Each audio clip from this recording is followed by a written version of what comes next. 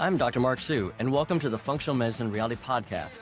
Join me and our community weekly as we bring you unfiltered health from inflammation to longevity. Real stories, real people, real solutions. Experience real-life health changes from both patients and practitioners, and learn how to turn cutting-edge information into real results in your own life so you can feel better, live longer, live healthier, and be confident and clear in your healthcare choices. Let's get real and get results. Hey friends, Dr. Mark Sue coming at you again. Here today, we're going to talk about 3 strategies for addressing medical anxieties. All right? If you're a person who feels kind of amped up, revved up, jacked up, stressed, anxious, or outright panicky from going into a doctor's office, from getting test results, you know the story. You know what it looks like. You know what it feels like. Here's 3 strategies that you might employ or deploy, put into use and practice to try to overcome the inside scaries. So number 1 is just confronting the issue. And I'm not going to say this is easy. It certainly isn't easy for me, because most of us, we'd rather avoid or run or hide. And it's largely why we get anxious. All right. But it's confronting the realities of it. And in medical or mental health world, we might throw this into the category of cognitive behavioral therapy. All right. Dissecting and analyzing the thoughts and coming to realities in terms of, hey, what do I really know and what do I really don't know? And just facing the music and saying, let's base my thoughts and my feelings on what I really actually know, instead of constantly perseverating and fixating on the what ifs. Okay. Not easy to do, but it is a true strategy. Number 2, I comment on the what ifs. That is what most of us are doing as a sort of root cause mechanism, if you will, in the mental health world of our anxieties. Okay. What if I get bad news? What if the imaging shows I've got a nodule? What if that nodule is cancer? What if I'm told I have high cholesterol? And what if that means that I've got plaque? And what if that means I'm going to die early because I'm going to have a heart attack? The catastrophizing that often stems from the negative what if thinking, that's a lot of people's experiences. All right. So if you do that, you're not alone. And there's no judgment here. There's no criticism. That's a real common experience. And we're not going to get into why, from my observations, why that seems to have become more frequent and more intensified over the last number of years, especially since the pandemic. We're not going to touch that today. But yeah, just know you're not alone. All right. But here's the strategy. We can use that what if game if we're intentional and purposeful and put real effort into it, and we can flip the script and play that what if game the other way within ourselves. Well, what if it's actually normal? What if I'm told it's better than it was before? What if my cholesterol numbers are better than before? What if I don't have diabetes? Even though I think I have diabetes because I'm kind of eating like crap the last few months or whatever the case may be, right? That what if game can be used in the opposite direction. And the more ideal application of that goes beyond just the cognitive thinking. What if the opposite were true? We can even go to the point, if we can make that effort, to really envision that outcome and then stop and think about what it feels like to hear those words, to hear that report. That, hey, it's good news. Hey, there's nothing there. Hey, your results are better than you expected. Hey, your blood pressure's fantastic today, right? Hey, you lost weight, whatever the case may be, okay? What does that actually feel like? And grounding ourselves in those feelings, for those of us, especially who are a little more feeling oriented and more in tune and touch with our feelings and our emotions, that can carry further than just the cognitive, factual, sort of concrete imagination of getting good news, all right? It's the emotional part that really often has a deeper seated impact. The third technique or the third strategy for medical anxieties is a similar game that we can play within ourselves, and that's what's called the so what game. All right. Now, these strategies are not the best. I'm not a psychiatrist, I'm not a therapist, but I've learned these strategies partly from my own personal experiences working with my godsend therapist who I've worked with for 12 plus years, I think. And a lot of these also are derived from my experiences and observations talking with patients and what they've learned from their therapists, and also the recurring common strategies that I hear. All right. So these are the 3 I commonly talk about with patients. So here's the third strategy. And the point of this is to dig into the root cause of our triggering thoughts.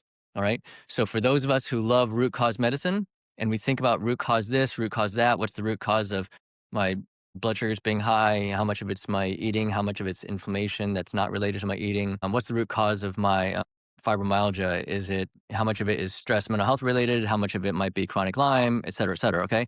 What's the root cause of my feeling so anxious and panicky, especially in a medical setting? This is a game to try to delineate that. All right. And that's the that's the so what game. All right. So here's how it goes. I'm going to go in for a visit tomorrow. It's to review some labs. I'm getting panicky. I'm getting revved up. I start asking myself, okay, so why am I revved up? Well, because I'm getting labs. So what? Well, they could be bad. So what? Well, if I've got high cholesterol, maybe that means I've got plaque developing. So what? Well, if I've got too much plaque, then maybe I have heart disease. And I think about how my dad had a heart attack at 62. And I think about how my mom's brother had a heart attack at 58. And so I've kind of got family history. And so that puts me at higher risk. So I could have maybe I'm going to have a heart attack soon. So what? What do you mean, so what? Of course, I don't want to have a heart attack. I don't want to be injured, have my heart be damaged and die. Okay, yeah, but so what? To play the exercise, right? It might be so obvious to us, but so what? Well, I don't want to die early. Why not? So what? Well, so this is where it could go into two different realms, rough up the top of my head. A, I don't want to lose out on opportunities to live life with my family and the memories that are developed from that. That's meaningful. All right. We'll come back to that in a second. The other common first route experience or explanation about so what if I have a heart attack and die? I'm not sure what happens to me after die. And I'm not comfortable with that. That goes down a different road of maybe spirituality and such. Okay. And that's it for another time. But you see where this goes. It could be really obvious to say, I don't want to have diabetes. I don't want to have high cholesterol. I don't want to have a heart attack. I don't want to be injured, have a stroke or heart attack, much less die. Isn't that obvious why I don't want to die? Not necessarily. I've got a lot of patients who they're okay if they pass. They've lived a full life. They're at peace with things. They're not so concerned about that, right? It's not such an obvious presumption. But if we start digging, bottom line is, no matter what level of thought you may not have had, most commonly very, very, very, very frequently, far majority of times, there's a deeper level of fear, of concern, of worry that we're not aware of. And when we identify those root causes, that's something we can do about. If I'm worried I haven't spent enough time with my family and I am going to feel regretful and guilty and remorseful for having a heart attack and then not being able to travel with them, or I'm going to die and I won't have spent enough time making memories with my family because I've worked too much or spent too much time ignoring them or just not caring. I haven't said I love you enough. That's something I can do something about starting now. All right, starting now. So regardless of what my labs are, I can take action on that regardless of my lab results. All right. If I'm worried about what's going to happen after I die, hey, that's a personal journey, but I can start investigating that. I can start exploring that and going down those roads, regardless of my labs. Okay. And that's a whole different rabbit hole because now, if I'm worried about my labs, I'm really actually targeting the wrong problem internally. Okay. The real root cause issue here is not about my labs. It's about what I worry those labs will have consequence to me that then will create further internal conflict about something else that I'm really worried about. So I hope that's been helpful for some of us. It gets a little deep because as people who know me well, as patients, as friends, family know, I love mental emotional health. I think it's super, super valuable. I know Peter Tia has spoken about this being in the longevity world. The Drive podcaster and New York Times bestselling author, has stated many times that, hey, mental emotional health arguably as or more important than our physical health. All right. And again, that's for another time, but think about it. Feel free to explore this and walk that journey with yourself. If you're a person who struggles with anxieties, medical anxieties specifically, commonly there's a reason. All right. I covered that in a previous session, in a previous recording as to causes. Here, we're just talking about some coping strategies.